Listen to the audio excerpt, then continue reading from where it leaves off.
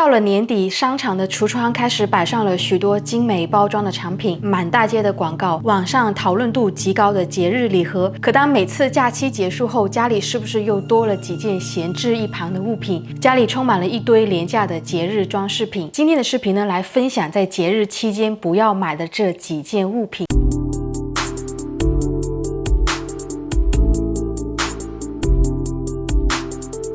今天这个视频真的是很应景，我还去星巴克买了一杯他们饮料包装，所以非常的应景啊。今天当每年圣诞节来临时，商场的展示柜里摆上了许多精美的倒数日历礼盒。我们先不说它里面所包含的物品是有多不值钱，先来看看这些包装设计上确实花费了一番功夫，它的颜值高，包装精美，确实成了送礼的好选择。然后等你打开之后，发现里面装的都是小样，说不定还都是商家想要在年底清空库存和一些销量不太好的产品。这种倒数日历礼盒的成本主要集中在包装，而非里面包含的产品有多实用。倒数日历本身宣传的就是每日拆开一个小惊喜，将对节日的期待拉满。可现实就是大部分人拿到手之后都会一次性把所有的小格子拆开来。现在来换个角度思考，难道你没想过这种倒数日历礼盒的设计实际上在变相刺激你的消费欲？正因为你不知道里面具体有什么，也不确定开到的产品是否适合你用，那他们就可以抬高产品的溢价。结果是什么呢？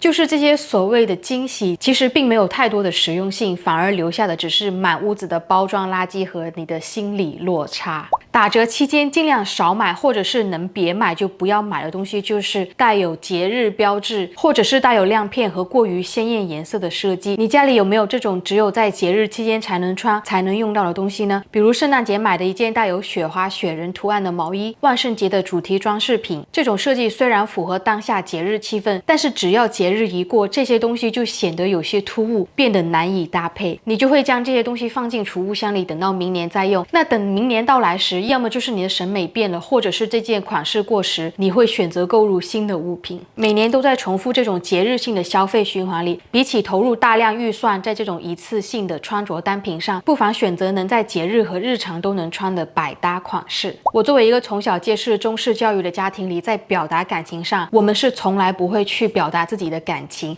更不会花时间还去为家庭的每一个人购买礼物。如果不太了解我的朋友们呢，我家里是有2个可爱的小侄子们，他们也到了收礼物的年龄。每年到了圣诞节，我和我姐都会去想给孩子准备什么，如何学会将礼物包装的好看点。然后呢，就发现了我们往往花心思精心去包装的礼物，选购各种漂亮的包装纸和礼品袋，希望能让礼物看起来更有节日气氛。然而这精美的包装都在被拆开后的几秒钟就被撕坏。制造节日气氛固然重要，也不是说完全拒绝包装，而是可以做到平衡消费。现在我和我姐呢会做的事情就是将平时收到礼物的包装盒和袋子留下来，还有平时网购遇到好看的包装盒子也会留下来作为2次利用。说句实在话，收礼的人不会在乎礼物用的是什么图案的包装纸，而更在乎的是盒子里面装了他们想要的礼物。更别说小孩子了，小孩子真的是对礼物非常的疯狂。现在只要进入任何的一个超市里，我总能在物品柜子上找到一些奇怪形状的杯子，特别是圣诞节期间，总能看到一些圣诞树形状的、雪人形状的、姜饼人形状的马克杯。我看了也有点蠢蠢欲动，想把它们拿下来。但是这里插一句题外话，以前我在公司上班的时候，到了圣诞节我们会做交换礼物，每次我首选的礼物就是马克杯，因为它价格便宜，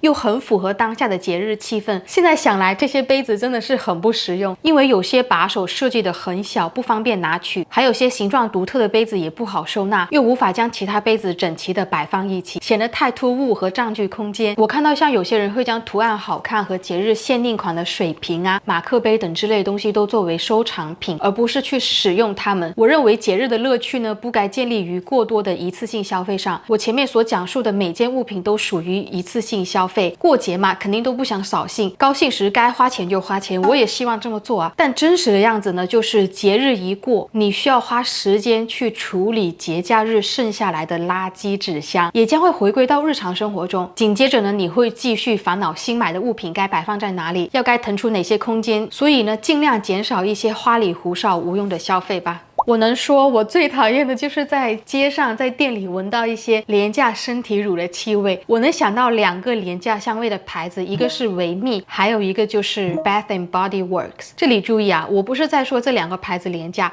毕竟维密一件衣服也不便宜，而是这些化学香精太重的味道，让人闻多了就会头晕。像 Bath and Body Works 一直都是偏向外国人去购买的香味产品的首选品牌之一。我初来乍到美国时什么都不懂，我也傻傻的跟风买了好几瓶。当时我是初中嘛，就什么都不懂。紧接着呢，在那几年里，我都用不完半瓶，因为它真的是太臭太熏了。他们的香味呢也是五花八门，名字也是叫得很好听，很多都是以节日为灵感的香味。只要进入店里，都是看到货架上堆满了五颜六色的身体乳、香氛喷雾、香薰蜡烛，甚至带有亮片的喷雾。他们有些香味呢还是模仿其他大牌的香水，不需要花几百块钱买一瓶香水，就能花10几20块钱就能用上差不多的香味。更不用说这个牌子每年黑五都是买3送3的活动。那他们致命的缺点呢，就是留香时间比较短，用料不够自然，闻多了就会对你身体有负担。这个就是以上今天的内容。如果你们想要有任何补充的点，欢迎在下面留言告诉我，也分享给其他人。如果喜欢今天这期视频，不要忘记关注和点赞，是对我频道最大的支持。那我们下周视频再见，